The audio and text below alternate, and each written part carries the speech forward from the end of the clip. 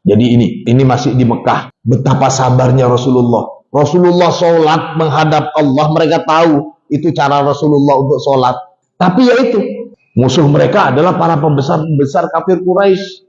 Ada Abu Jahal dan lain sebagainya. Sehingga ketika Rasulullah sedang sholat, dipermainkan gitu saja, nggak berani, sahabat.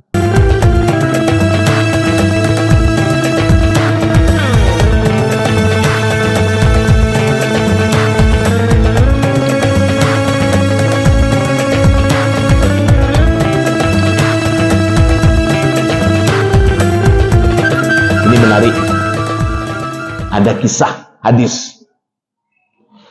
An Ibnu Mas'ud radhiyallahu an, dari sahabat Ibnu Mas'ud, annan Nabiyya sallallahu alaihi wasallam, bahwasanya Rasulullah sallallahu alaihi wasallam yusalli indal baiti.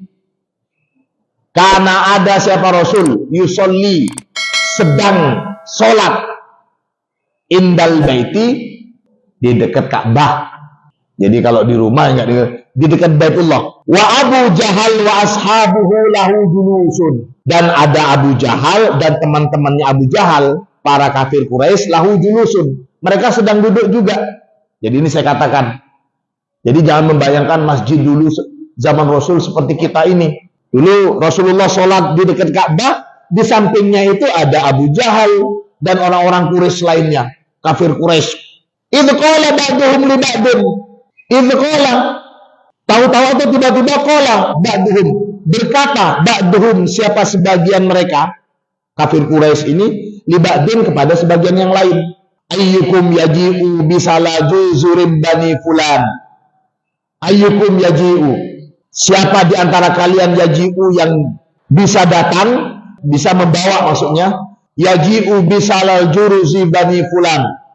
Siapa di antara kalian yang bisa bawa salah juzur, itu jeruan onta yang masih kotor milik si Bani Fulan ini. Fayadu'uhu, kemudian meletakkan siapa man hu, pada jeruan onta itu, ala dohri Muhammadin ida sajada, meletakkan ke punggungnya Muhammad ida sajada, ketika sholat, ketika sedang sujud.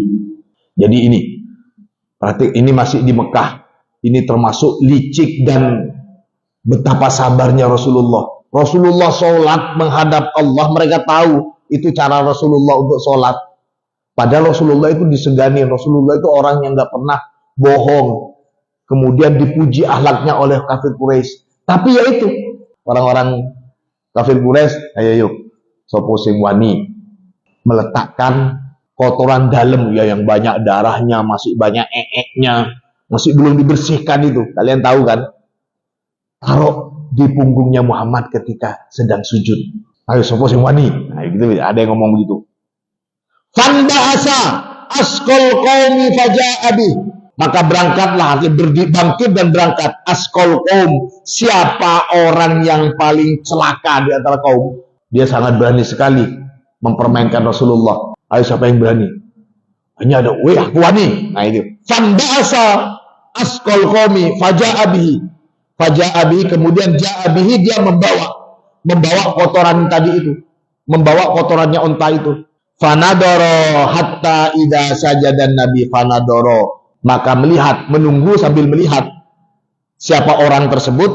Hatta ida sajadan nabi, sampai ida sajada, ketika sujud An-Nabi sallallahu alaihi wasallam, siapa Nabi Muhammad sallallahu alaihi wasallam,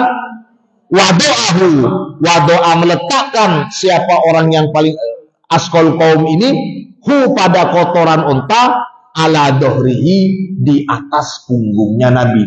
Rasulullah sedang sholat, kemudian ngambil kotoran, ditaruh di punggungnya.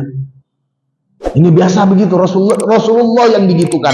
Wada'a ala dohrihi baina katifaihi, diletakkan di atas punggung Nabi, baina katifaihi, antara kedua pundak. Wa ana, dan adapun saya, katanya Ibnu Mas'ud, ini yang mengisahkan Ibnu Mas'ud, anduru, saya hanya bisa melihat, la ughni syai'an, saya tidak bisa berbuat apa-apa. Ya, karena yang di sana ada Abu Jahal dan tokoh-tokoh kafir Quraisy. Ibnu Mas'ud siapalah waktu itu yang nggak berani lah, itu para pembesar-pembesar kafir Quraisy yang mempermainkan Rasulullah. Walau kanat li man'ah, andaikan saja saya bisa melarang, begitu. Jadi katanya Ibnu Mas'ud sembari meriwayatkan hadis ini, saya cuma lihat Rasulullah itu dipermainkan, saya nggak bisa berbuat apa-apa. Kalau saja saya bisa melarang ya, melarang mereka.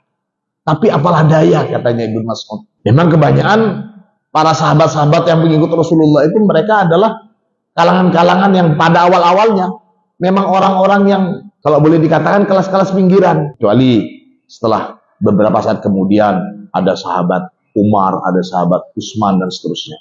Musuh mereka adalah para pembesar-pembesar kafir Quraisy. Ada Abu Jahal dan lain sebagainya.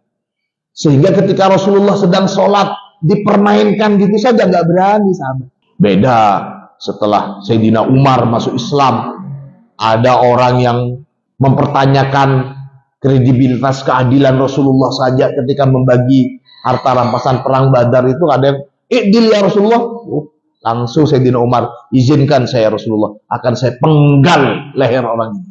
Jangan. Itu sudah mulai banyak pembesar-pembesar Quraisy yang sudah masuk Islam. Hadis ini riwayatnya masih awal. Ini walau kanat liman qala, sahabat Ibnu Mas'ud meneruskan kisahnya, faja'alu yadhakuna. Ini kalau secara letterlek kalimatnya faja'alu, dan menjadikan siapa mereka yadhakuna, ketawa-ketawa. Maksudnya dan mereka saling tertawa ketika Rasulullah sholat dikasih kotorannya sapi oleh seorang yang paling celaka ini. Wa yumilu ba'duhum ala ba'din. Maknanya saling menyindir atau menyalahkan. Wah, kamu ini nyuruh, kamu kok, tapi sambil gurau. Seakan. Nah, gitu gimana kalau kalian? Jadi, paham maksud saya kalimatnya itu. Tahu yang berbuat salah tapi seakan koniku kok tega sih, kamu kok tega sih, ayo, ya kamu nyuruh, tapi sambil ketawa, tidak merasa bersalah itu. Wa Rasulullah Shallallahu Alaihi Wasallam sajidun la yarfa' ra'sahu.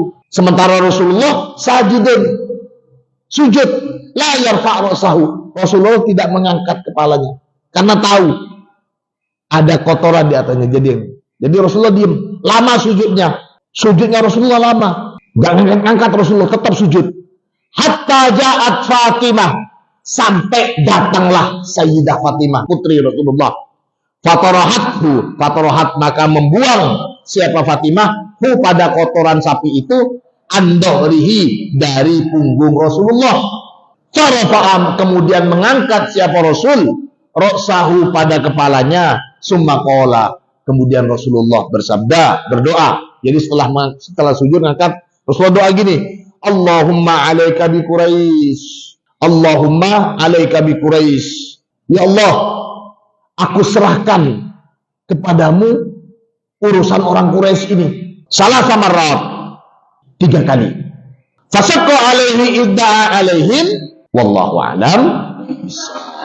Betapa jahatnya para pembesar-pembesar kafir Quraisy dan bagaimana Rasulullah teraniaya. Bahkan ketika sholat pun mereka masih sempat mempermainkan Rasulullah. Ngejeknya nggak main-main. Tapi sekaligus ini menjadi catatan bagaimana cara menghilangkan, atau ketika orang sholat kemudian ada najisnya, menjadi satu ilmu bagi kalangan ulama fikih. Mudah-mudahan ilmu kita bermanfaat. Al-Fatihah. A'udzubillahi minasyaitonir rajim. Iya.